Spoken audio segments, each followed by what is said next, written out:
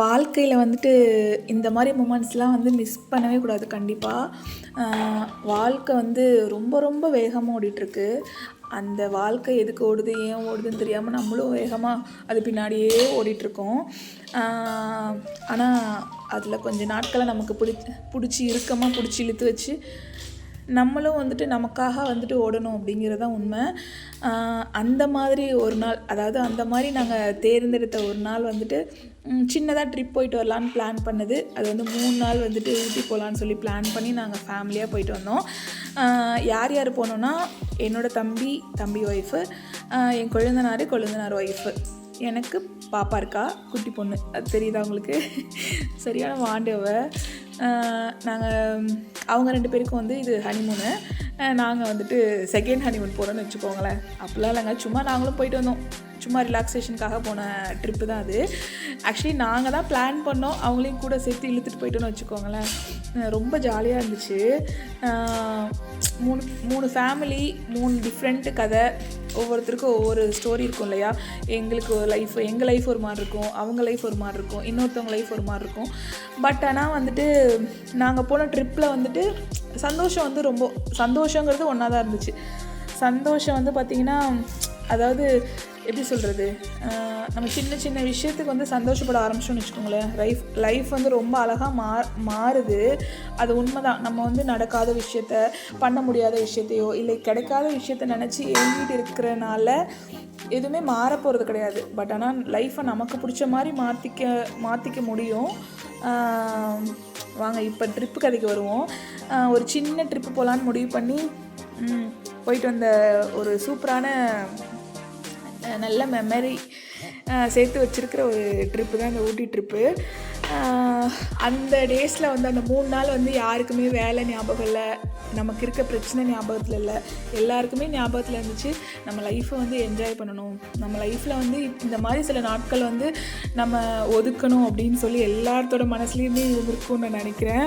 சின்ன சின்ன விஷயங்களுக்கே பெருசாக சிரிச்சு கலாய்ச்சிக்கிட்டு சந்தோஷமாக இருக்கிறதுலாம் ரொம்ப தனியாக, அதெல்லாம் ரொம்ப நம்ம லைஃப்பில் வந்து அதாவது நார்மலான லைஃப்பில் வந்து அதெல்லாம் நம்ம மறந்துடுறோம்.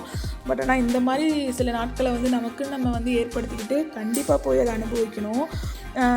அதில் இந்த போட்டிங்லாம் வந்துட்டு மறக்கவே முடியாதுங்க. சின்னதாக ஒரு பயம், பட் ஷேக் ஆகும்போது ஐயோ விழுந்துருவோமோன்னு ஒரு பயம், அதையும் தாண்டி சூப்பராக இருக்குல்ல, பிளேஸ்லாம் செம்மையாக இருக்குல்ல அப்படின்னு சொல்லி எல்லாருமே ஜாலியாக என்ஜாய் பண்ணோம். நம்ம வாழ்க்கையில் வந்துட்டு சில நேரங்கள் வந்து நம்ம வாழ்க்கையும் இந்த போட் மாதிரி தான். கொஞ்சம் நேரம் ஆடும், அப்புறம் ஸ்டடியாக போகும், த்ரில்லராக இருக்கும். வேகமாக போச்சுன்னா சூப்பராக இருக்குல்லன்னு ஃபீல் ஆகும். அது மாதிரி வந்துட்டு லைஃபுமே ஒரு போட் மாதிரி தான்.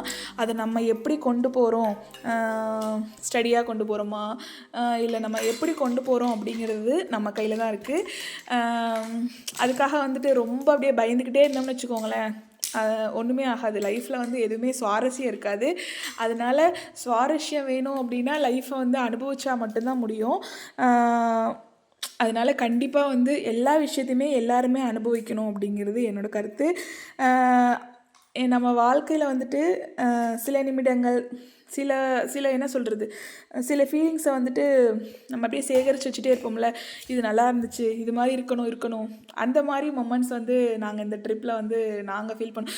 கண்டிப்பாக போகணும், ஃபேமிலி ட்ரிப்பாக அட்லீஸ்ட் வருஷத்துக்கு ஒரு வாட்டியாவது போகணுண்டா அப்படின்னு சொல்லி நானும் என் ஹஸ்பண்டும் பேசிகிட்டே இருந்தோம்.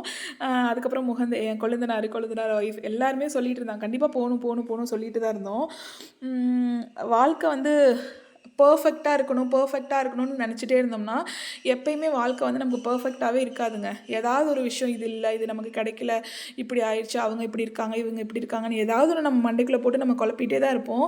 அதனால் பர்ஃபெக்ட்னு ஒன்று நம்ம வாழ்க்கையில், யாரோட வாழ்க்கையிலையுமே பர்ஃபெக்ட்னு ஒன்று கிடையவே கிடையாது. நம்மளாக உருவாக்கிக்கிறது தான் பர்ஃபெக்ட்னு நான் நினைக்கிறேன். கண்டிப்பாக நமக்குன்னு சில நாட்கள், சில நிமிடங்கள், சில நேரங்கள், சில மனுஷங்க, அவங்க கூட நம்ம ஸ்பெண்ட் பண்ணுற டைமு, இதெல்லாம் வந்து ரொம்ப முக்கியமான விஷயம், ரொம்ப முக்கியமான அனுபவம். இதெல்லாம் நம்ம இப்போ சேகரித்து வச்சாதான் நம்ம லைஃப்பை நம்ம கொஞ்சமாவது வாழ்ந்திருக்கோம் அப்படின்னு நம்ம கடைசியில் பின்னாடி திரும்பி பார்க்கும்போது ஒரு நினைவுகள் இருக்கும். கண்டிப்பாக யாரெல்லாம் வந்து வாய்ப்பு கிடைக்குதோ கண்டிப்பாக வந்துட்டு உங்களோட சின்ன சின்ன விஷயங்கள், சின்ன சின்ன அனுபவத்தை கண்டிப்பாக சேகரித்து வச்சுக்கோங்க. எங்களுக்கு எங்கள் வாழ்க்கையில் கிடைச்ச ஒரு சின்ன சந்தோஷமான ஒரு குட்டி மொமெண்ட்டு. இதுதான் என் பொண்ணு. இவ பேர் தருணிகா. ரொம்ப சுட்டி பொண்ணு. நான் இவளை பற்றி நெக்ஸ்ட் வீடியோவில் கண்டிப்பாக சொல்கிறேன். தேங்க்யூ.